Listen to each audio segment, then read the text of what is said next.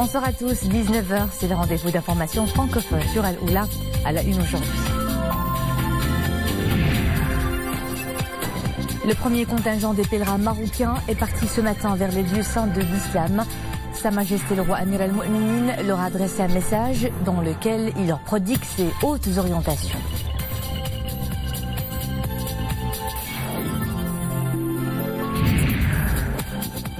Enfin, une loi pour la pratique de l'assistance médicale à la procréation.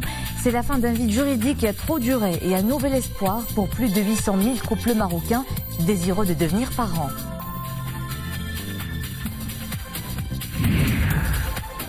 Été et loisirs, nous prendrons de l'altitude en fin de cette édition au cours du Moyen Atlas où le lac Aguelman Sidi Ali accueille toujours les visiteurs de la saison venus goûter aux délices des randonnées et autres activités écolo généreusement offertes par Dame Nature.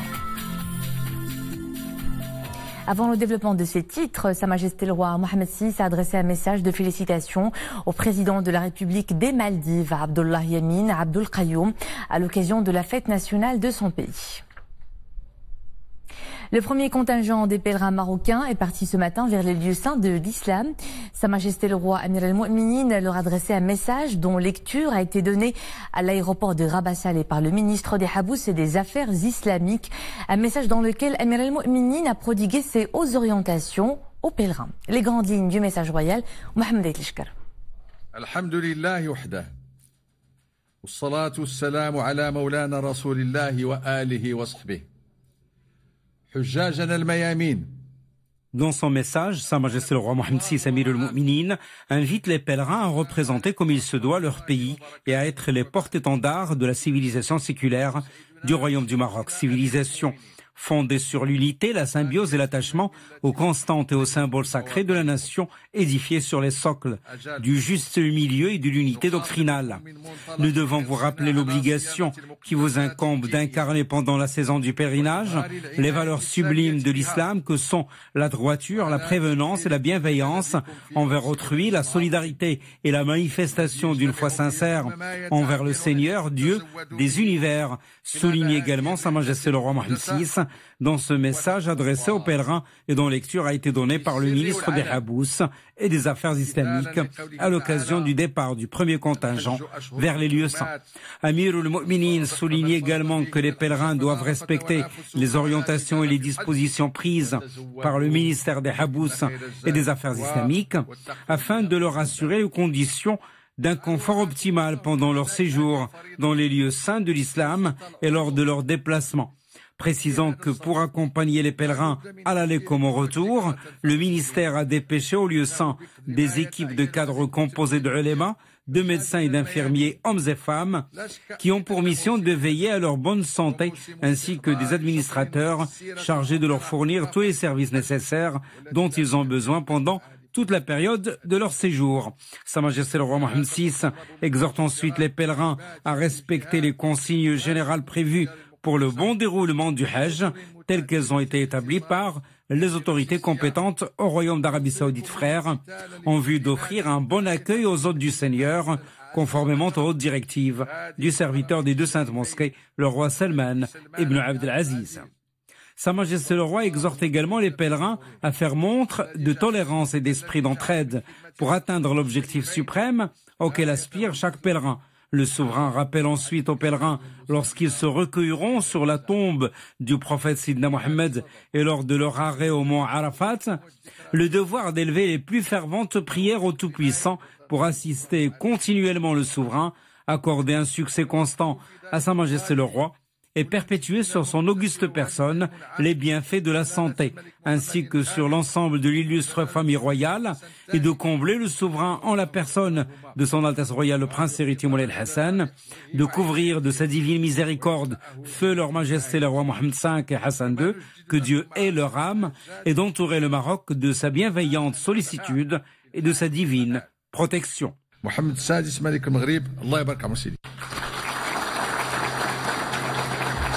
Un conseil de gouvernement s'est tenu aujourd'hui sous la présidence de Sadil Atmani qui a d'abord appelé les départements gouvernementaux à mettre en œuvre les grandes réformes lancées par Sa Majesté le Roi depuis son intronisation il y a de cela 19 ans.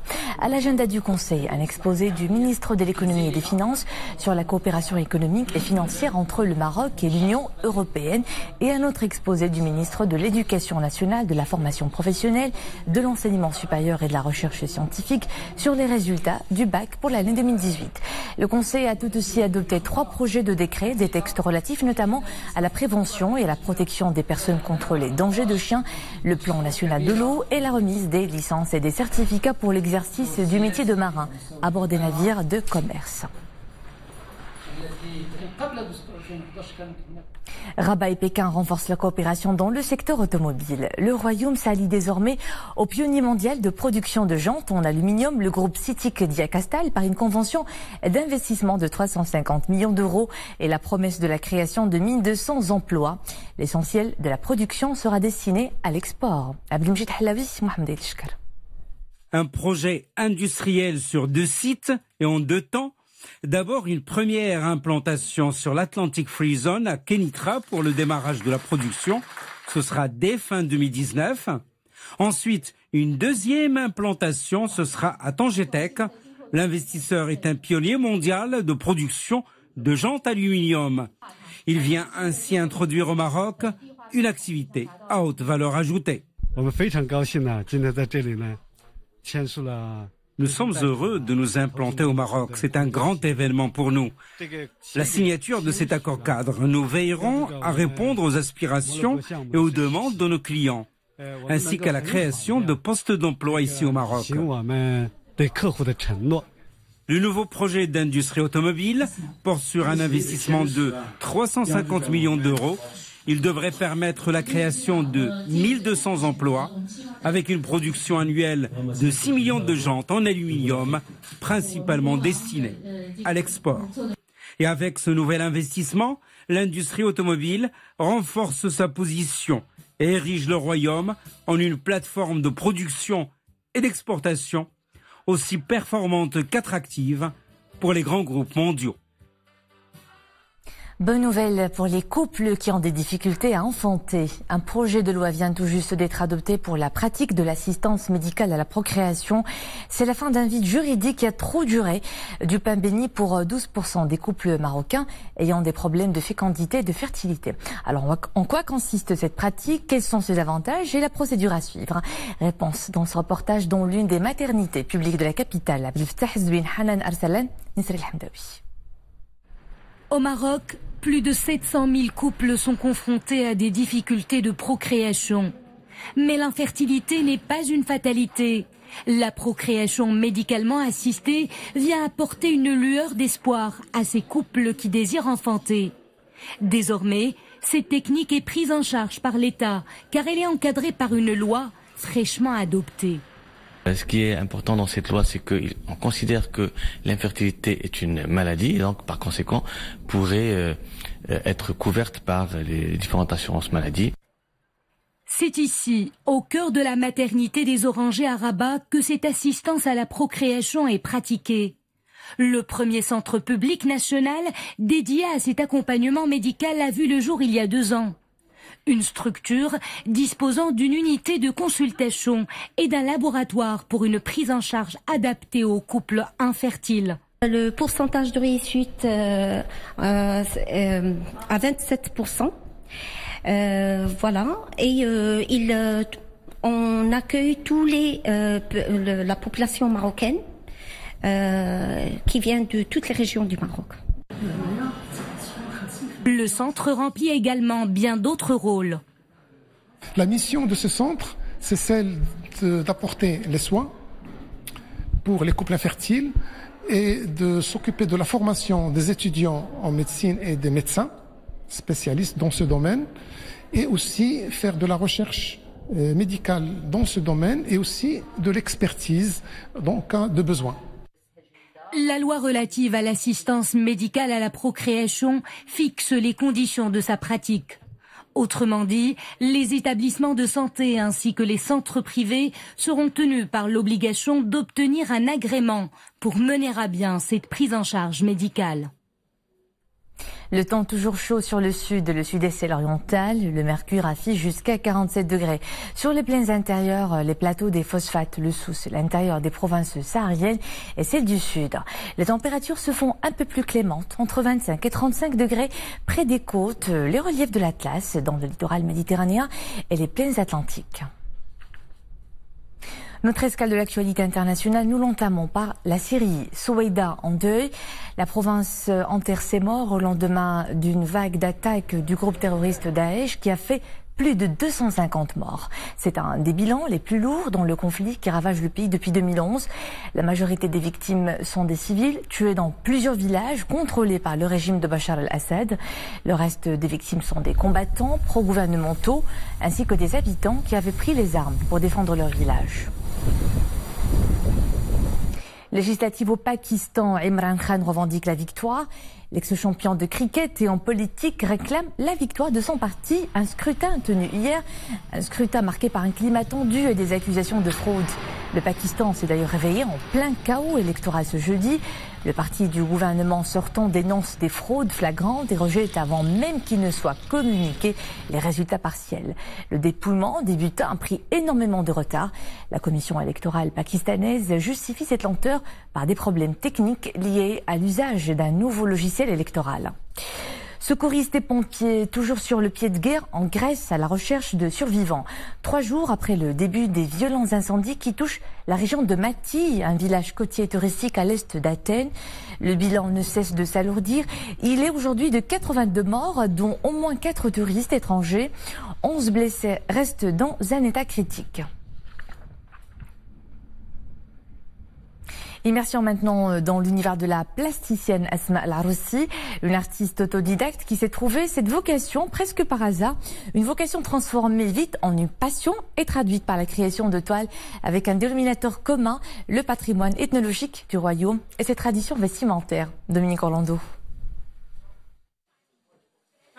Elle nous fait littéralement voyager à travers toutes les régions du royaume. Les portraits qu'elle esquisse très patiemment dans son petit atelier sont donc une invitation à la découverte de tout ce qui constitue les us et coutumes du Rarb, de l'Oriental, du Sahara, de Marrakech, de Fès ou d'Azmour. L'équivalent d'un véritable travail ethnologique concentré sur la tradition vestimentaire, sur la singularité de tant de bijoux et d'accessoires qui ornent selon que l'on soit d'ici ou bien de là-bas. Je suis née à Meknes. J'étais douée à cet art, mais le talent à lui seul ne suffit pas. La formation était nécessaire pour moi. J'ai donc suivi une formation de 2 ans chez une artiste russe qui m'a initiée aux règles d'or de cette expression artistique. Tout ce que j'ai acquis auprès d'elle, j'ai essayé de l'introduire dans notre patrimoine qui est riche par ses couleurs, ses matières et ses accessoires. D'ailleurs, tout cela, vous le percevez dans mes toiles. À elle seule, Asma El-Aroussi fait défiler devant nos yeux l'équivalent d'un véritable festival des arts populaires, comme il en existe un tout à fait remarquable à Marrakech. Son souci du détail est plutôt éloquent, elle a même choisi de l'étendre au continent africain, dont elle nous restitue la variété des tissus et des couleurs. Avoir chez soi l'un ou l'autre de ces tableaux, c'est s'assurer d'en discuter avec d'autres, la provenance et l'origine. En d'autres mots, son travail nous oblige presque à repenser l'immense richesse et variété du patrimoine national marocain.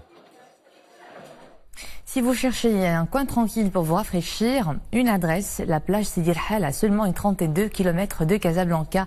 L'endroit garantit non seulement une bonne baignade, mais aussi du divertissement et de l'animation. Le site vit d'ailleurs en ce moment au rythme de son 10e festival des arts équestres traditionnels et il y a foule. Vous le verrez dans ce reportage de Sarah Katir. Et c'est parti pour le festival annuel de Sidi El Hal Plage.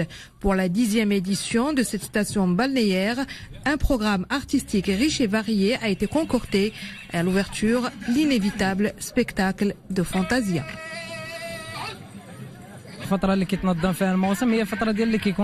L'organisation de cette manifestation coïncide avec la saison d'été où Sidi El Hal Plage reçoit des touristes marocains et étrangers.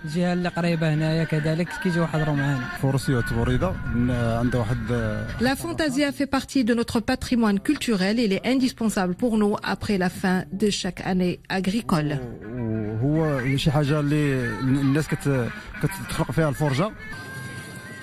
Et L132 Sorba a participé à ce spectacle de Fantasia, un spectacle féerique qui fait partie de la tradition équestre de notre pays.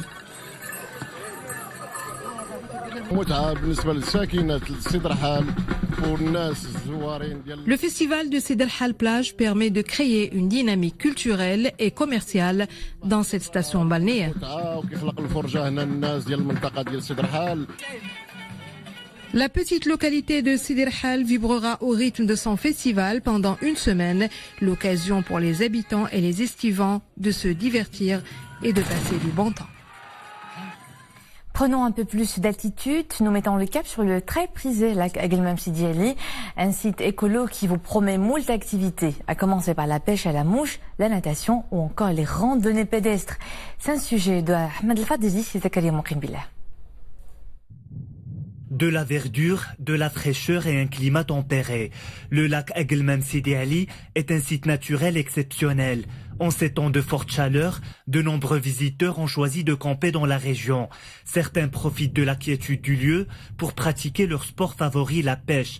Le lac est riche en truites, carpes et gardons. Nous sommes venus à Aguelmam Sidi Ali pour fuir les fortes chaleurs. Ici, le climat est tempéré. Nous allons visiter plusieurs lacs de la région. Ces visiteurs qui ont choisi de passer leurs vacances en montagne peuvent s'adonner à la baignade et se rafraîchir. D'autres choisissent de jouer au football dans une ambiance de compétition et de convivialité.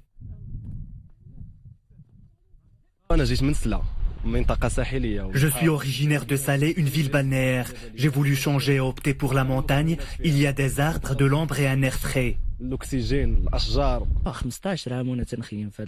Cela fait 15 ans que je viens dans la région. J'aime le calme, la nature et je rencontre de nouveaux amis.